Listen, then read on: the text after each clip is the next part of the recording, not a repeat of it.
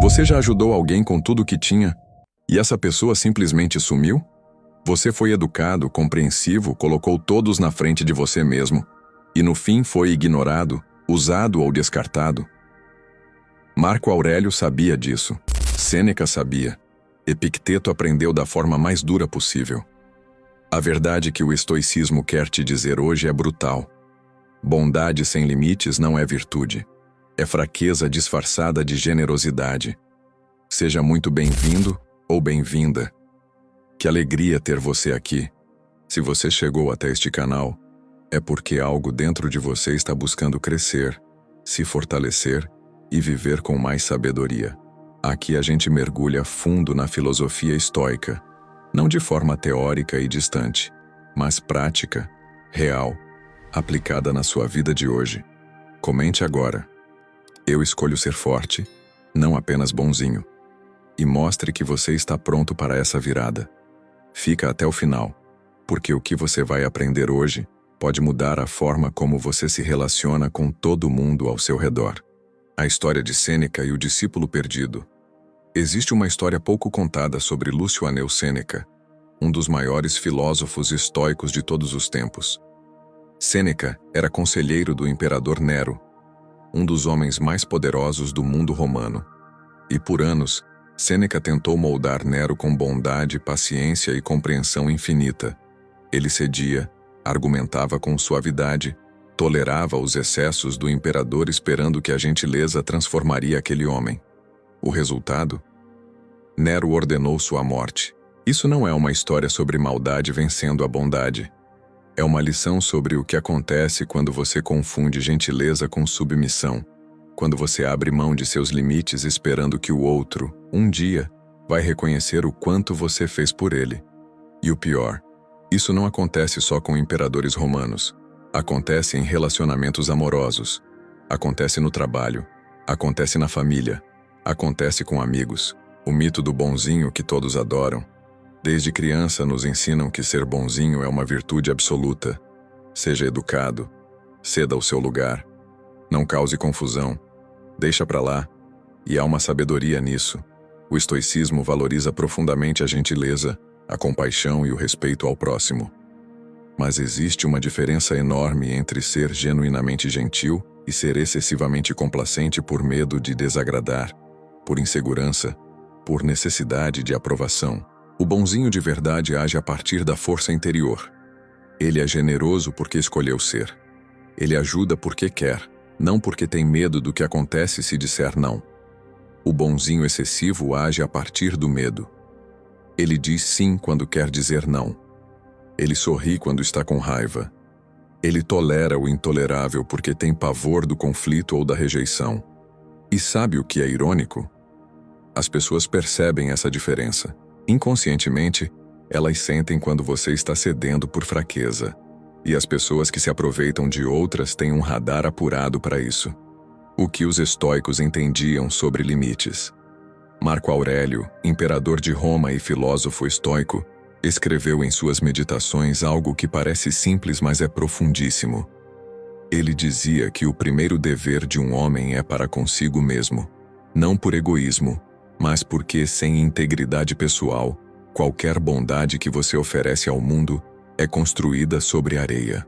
Epicteto, que nasceu escravo e se tornou um dos maiores pensadores da antiguidade, ensinava que existem coisas que estão em nosso poder, nossos pensamentos, nossas escolhas, nossas reações, e coisas que não estão, a opinião dos outros, o comportamento alheio, o reconhecimento que esperamos.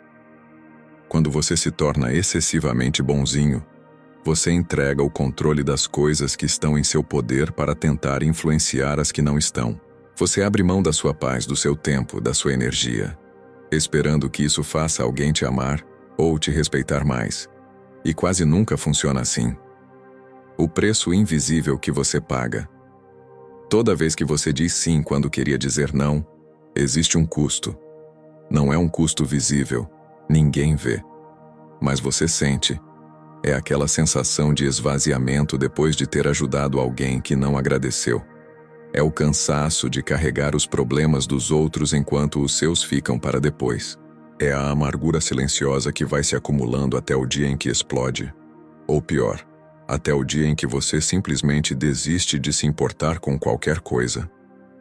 Os estoicos chamavam isso de corrosão da alma. Quando você age de forma contrária à sua razão e aos seus valores, por mais que pareça nobre por fora, por dentro você está se destruindo. Então a grande pergunta é: como ser uma pessoa boa, generosa e compassiva, sem se tornar uma pessoa que é usada, ignorada e esgotada? A resposta está no que os estoicos chamavam de virtude, e ela é muito mais complexa e poderosa do que simplesmente ser bonzinho. O que o estoicismo realmente ensina sobre bondade? Existe um erro muito comum quando as pessoas ouvem falar de estoicismo pela primeira vez. Elas imaginam o estoico como aquele homem frio, distante, que não sente nada e não se importa com ninguém. Uma espécie de robô filosófico. Isso não poderia estar mais errado. Os estoicos eram profundamente comprometidos com a humanidade. Marco Aurélio passava suas madrugadas escrevendo sobre amor ao próximo, sobre paciência com as pessoas difíceis, sobre a responsabilidade de tratar bem até os que te tratam mal. Sêneca escrevia cartas cheias de ternura para seus amigos. Epicteto ensinava que somos todos interligados, que ferir o outro é, em algum nível, se ferir. Mas há uma diferença fundamental. A bondade estoica vem da força, não do medo. O estoico ajuda porque decidiu que ajudar é o certo. Ele é gentil porque a gentileza está alinhada com seus valores mais profundos. Mas ele não abre mão de si mesmo, não viola seus limites, não se torna refém da aprovação alheia. As 4 virtudes estoicas e o que elas revelam. O estoicismo é construído sobre 4 pilares, as 4 virtudes cardeais. E quando você as entende de verdade, começa a ver por que ser bonzinho demais não é virtude nenhuma. A primeira é a sabedoria, a capacidade de distinguir o que é bom do que parece bom. E dizer sim para tudo, agradar a todos, nunca discordar, isso pode parecer bondade, mas é, na verdade, falta de discernimento. Uma pessoa sábia sabe quando a gentileza serve e quando ela prejudica, tanto a si mesma quanto ao outro. A segunda é a justiça. Dar a cada um o que é justo, incluindo a si mesmo. Sim, você ouviu certo. O estoicismo diz que você tem uma obrigação de ser justo consigo. Quando você se esgota ajudando os outros enquanto ignora suas próprias necessidades, você não está sendo justo. Você está sendo injusto com a pessoa mais importante da sua vida. A terceira é a coragem. E aqui está o ponto que poucos falam. Coragem não é só enfrentar batalhas físicas. É ter a coragem de dizer não. É ter a coragem de decepcionar alguém que te pede algo errado. É ter a coragem de estabelecer um limite mesmo sabendo que a pessoa pode ficar brava com você. A quarta é a temperança. Equilíbrio em tudo. Nem indiferença fria, nem bondade sem limites. O meio termo virtuoso onde você é generoso sem se destruir, firme sem ser cruel. Por que pessoas bonzinhas demais atraem pessoas exploradoras? Aqui precisamos ser brutalmente honestos. E quero que você reflita sobre isso com coragem. Pessoas que não têm limites bem definidos, que sempre cedem, que nunca dizem não, que vivem em função da aprovação dos outros. Essas pessoas não atraem só pessoas gratas e amorosas. Elas também atraem, como um imã, pessoas que buscam exatamente isso. Alguém que não vai resistir, que vai sempre dar um jeito, que vai colocar as necessidades alheias na frente das próprias. Isso não é sua culpa, mas é sua responsabilidade reconhecer. Epicteto dizia algo que ecoa até hoje. Ninguém pode te prejudicar sem a sua permissão. Não no sentido de que as coisas ruins não acontecem. Elas acontecem.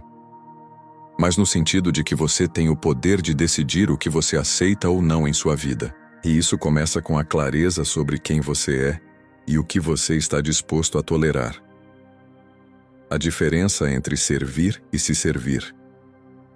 Existe uma distinção sutil mas poderosa entre servir as pessoas ao seu redor de forma intencional e consciente, e se anular completamente na esperança de ser amado ou aceito.